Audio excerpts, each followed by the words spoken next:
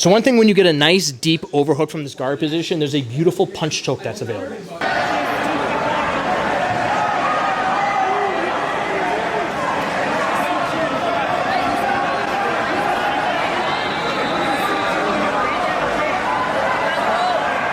Now, when you're doing this overhook, first of all, this is just a great lock to kind of just secure this position overall, right? If I'm playing guard, I especially love to lock down on this. I'm going to pinch down on my elbow. If we're in the gi, I'm going to take this hand and reach all the way across and just grab this cross collar lapel. It's going to make it very difficult now for this person to posture. So even if I'm not doing anything with this grip per se in regards to like submissions, it makes it very difficult for Cash to be able to work out of it. So again, it kind of buys me time. Now, when we're setting up the punch choke in particular, I want to make sure I have a deep enough bite. So if I get here and my grip's a little bit lower, then I'm going to kind of, again, use this other hand, pull down, and work this hand up. He's not really going to be able to use this hand as much because he's got to kind of focus on posting and keeping his balance and posture.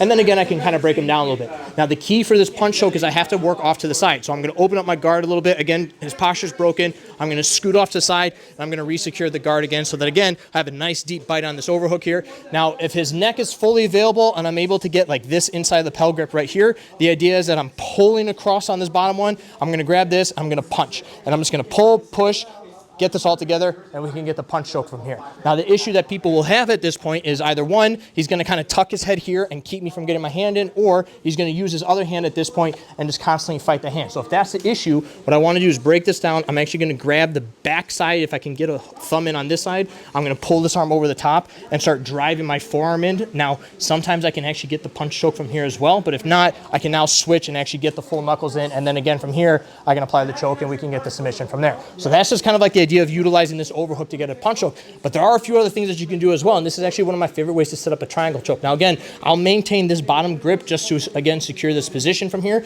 But now what I want to do is take my hand and actually start kind of fighting this arm, usually like a C grip to the bicep. I'm going to kind of fight this arm away a little bit. Once I'm ready, I'm going to take this bottom leg. I'm going to keep this top leg nice and pinched across his back. I'm going to take the bottom leg, start kind of bringing it out a little bit. I'm going to look to kind of scoop on the inside of his arm here. And once I'm ready, I'm going to shoot these arms over the top, or shoot the legs over the top like this. Now, typically from this position, one, I've already let go of the collar. There are a lot of times they're going to start kind of posturing up, which is fine.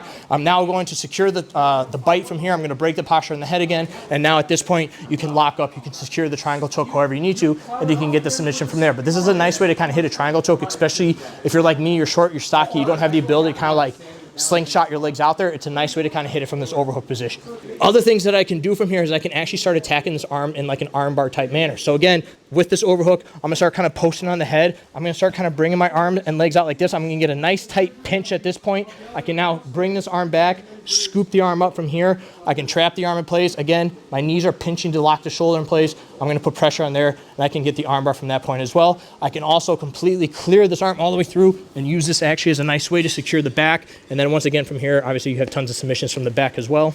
And lastly, I can post on the head. I can bring this knee over the top, and actually I can now bring my foot all the way through. I can switch out, and right away we can start looking to attack the omoplata. So in general, if you are able to secure this deep overhook from guard, it's great. However, as I said at the beginning, I have to work off to the side. If I just bite this overhook and I just stay here, a lot of times guys will actually like lock their hands down underneath me and get like a body lock, right?